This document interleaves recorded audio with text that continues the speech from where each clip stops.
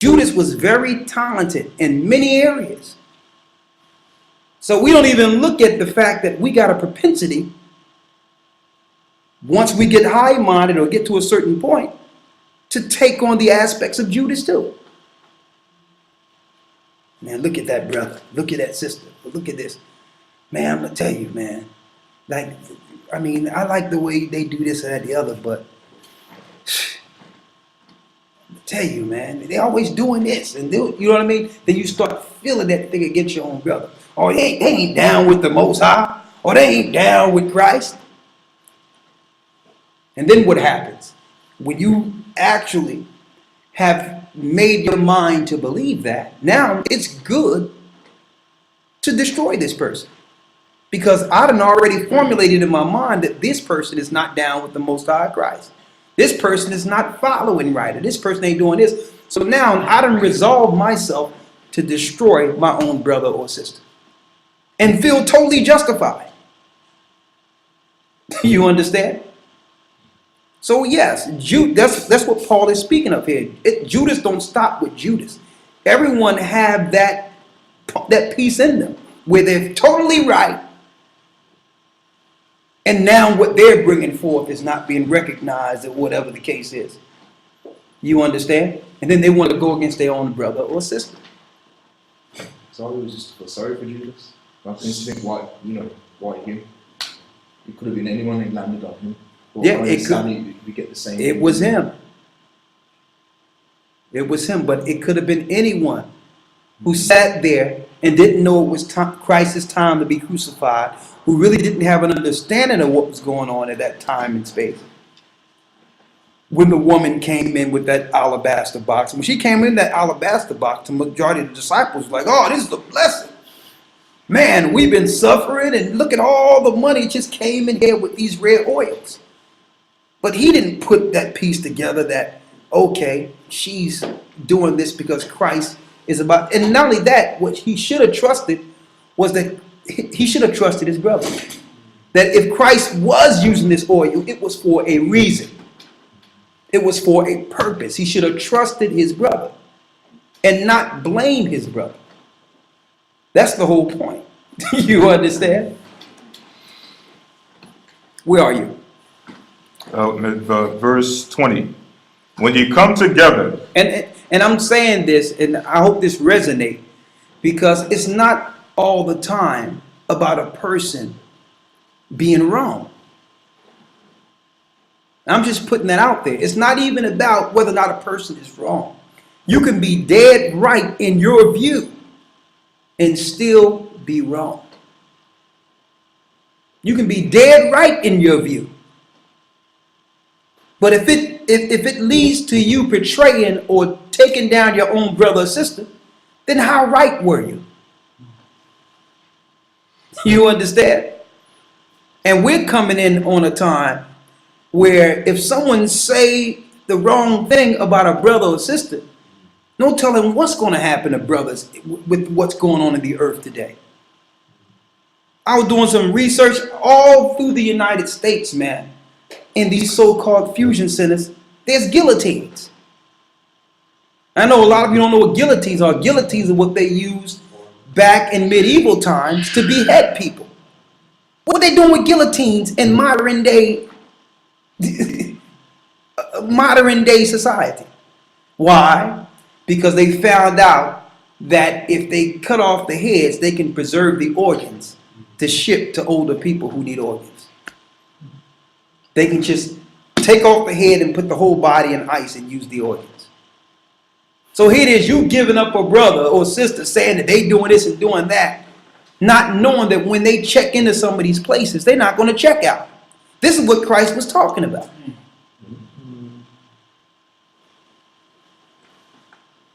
You understand? You thought that you were just, just saying a few things to try to help some people. You understand? And saying, well, I don't understand. Well, this brother, and this is the teaching and all that. And next thing you know, you're giving up your brother and they're standing before a guillotine. You understand? And that's why I tell you in Revelations that many shall be beheaded for my name's sake. Why? Many shall be betrayed and shall be killed. This is the system we're in. They know that the Most High is awakening his people now. And the majority of people that's going to be given up is by their own family, their own people who don't even understand the world they live in. You think you calling on your cousin or your sister or your brother because they learning something and all that. But next thing you know, they start attaching things and say, you know what? This person could be a terrorist threat or a religious extremist or whatever thing that they want to put out there. And next thing you know, your same son or daughter or cousin is now being taken to some insurrection or you know, being taken to some tribunal under the government. Checking in and not checking out. And I'm putting these things out there because it's real. All the laws are in place. So this is not just talking about Christ's table. This is talking about the table all over the earth that we all are sitting at. Right? Finish reading. Verse 20. When ye come together therefore into one place, this is not to eat the Lord's Supper. For in eating everyone taketh before his own supper, and one is hungry, and another is drunken. So when you come to the Passover to eat the feast, it's deeper than a get-together or a party. That's what Paul is saying here. There's something spiritually happening in the heavens, especially now that we're doing the Passover at the times that Christ and those that were following the correct calendar, we're right on schedule now. Don't sleep on the significance of coming back into the Most High's truth and begin to follow things. He says his Sabbaths is actually a sign between him and his people. That's the sign of who is his people. Those that get on that wavelength and begin to follow correctly. They're listening. Read. Verse 22. What? Have ye not houses to eat and to drink in? You can eat and drink at home. Read. Or despise ye the church of the Most High? Go ahead. And shame them that have not. What shall I say to you? Shall I praise you in this? I praise you not. I praise you not. Read. Verse 23. For I have received of the Lord that which I also delivered unto you, that the Lord Yeshua, the same night in which he was betrayed, took bread. See how he went back to that table again. Read. Verse 24. And when he had given thanks, he brake it and said, Take, eat. This is my body. This is my body. So we're going to take off some bread here, some unleavened bread. Here you go, sir.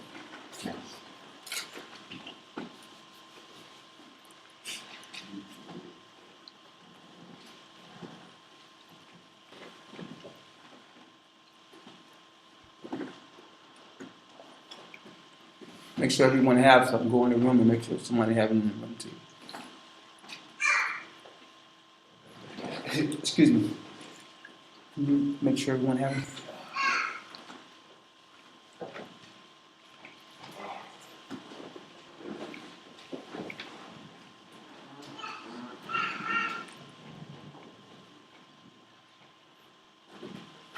Make sure everybody over there get one of these, please. Pass it.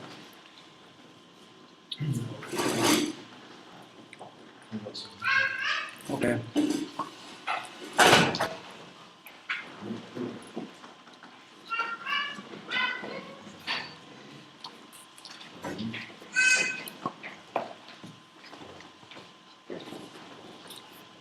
Make sure all of them have one.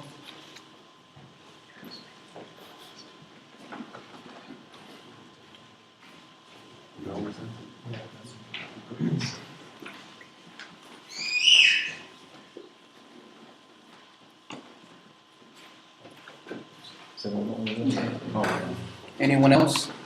Everyone have one? Yeah. Make sure she have bread and wine.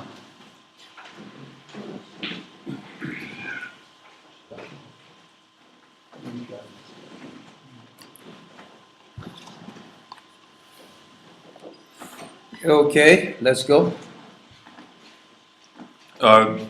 1 Corinthians chapter 11, verse 24. This is the middle of verse 24. Take, eat. This is my body which is broken for you. This do in remembrance of me. So we must do it in remembrance of Christ. So we try to do it once every month. Some brothers and sisters out there, they do it every week.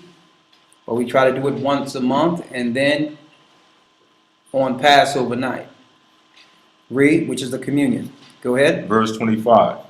And after this manner also he took the cup, and when he had supped, saying, This is the cup of the New Testament. This is the New Testament. We understood the blood that was on the doors of the Old Testament under Moses.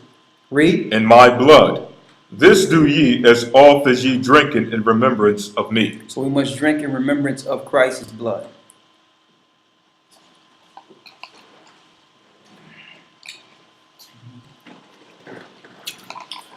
Verse 26. For as often as ye eat this bread and drink this cup, ye do show the Lord's death till he come. Listen to this clearly. We show the Lord's death till he come. Read. Wherefore, whosoever shall eat this bread and drink this cup of the Lord unworthily. Now, who ate and drank unworthily? Judas. What does it mean, eat and drink unworthy? Exactly. You're at the table with an issue against your brother or sister.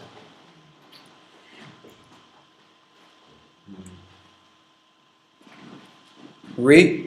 Shall be guilty of the body and blood of the Lord. And that's what Judas was guilty of. It would have been better if he was not born, like Christ said. And see, if you notice, if there's any issue, some people may feel it's a certain type of way or whatever the case. Now there is, let's make it clear though, there is a such thing as a person has an issue who believes that everything that happens is an offense. That's one thing. But I'm talking about a scenario. There is a scenario. Put it this way. If there is an issue, it's better to say it to that person, like Christ says, you and that person alone, than to sit back in your mind and just say, well, that's just how that person is. I'm going to let it go. That's just how they is. I'm just going to let it be. That person is. It's better for you to say, you know, I just need to have this conversation. You understand? Brother, you doing this, and this to me. Sister, you're doing this to me. And I just need you to stop that. You probably don't even know you're doing it. But it rubs me the wrong way. And then a person will be conscious of what they do. Because sometimes they're stepping on your toes and doing things to you. They probably don't even know it. But instead of you having something in your heart, believe me, every time I come around, this person is doing this to me. Now you start to think that this person has something against you. They're not even thinking about you. Mm-hmm. But Satan have you now feeling a certain type of way about them. You know what I mean? So I'm just putting that out there. Read on. 28. But let a man examine himself. Let a man examine himself. Go ahead. And so let him eat of that bread and drink of that cup. Go ahead. For he that eateth unworthily and drinketh that eateth and drinketh damnation to himself, not discerning the Lord's body. For this cause many are weak and sickly among you, Go and ahead. many sleep. Exactly. Read. For if we would judge ourselves, we should not be judged. That means if we look to correct the things within ourselves, then we don't have to worry about the Most High judging those things during judgment. And some of the toughest things to do is to look at ourselves and say, you know what? This is a bad attribute I have.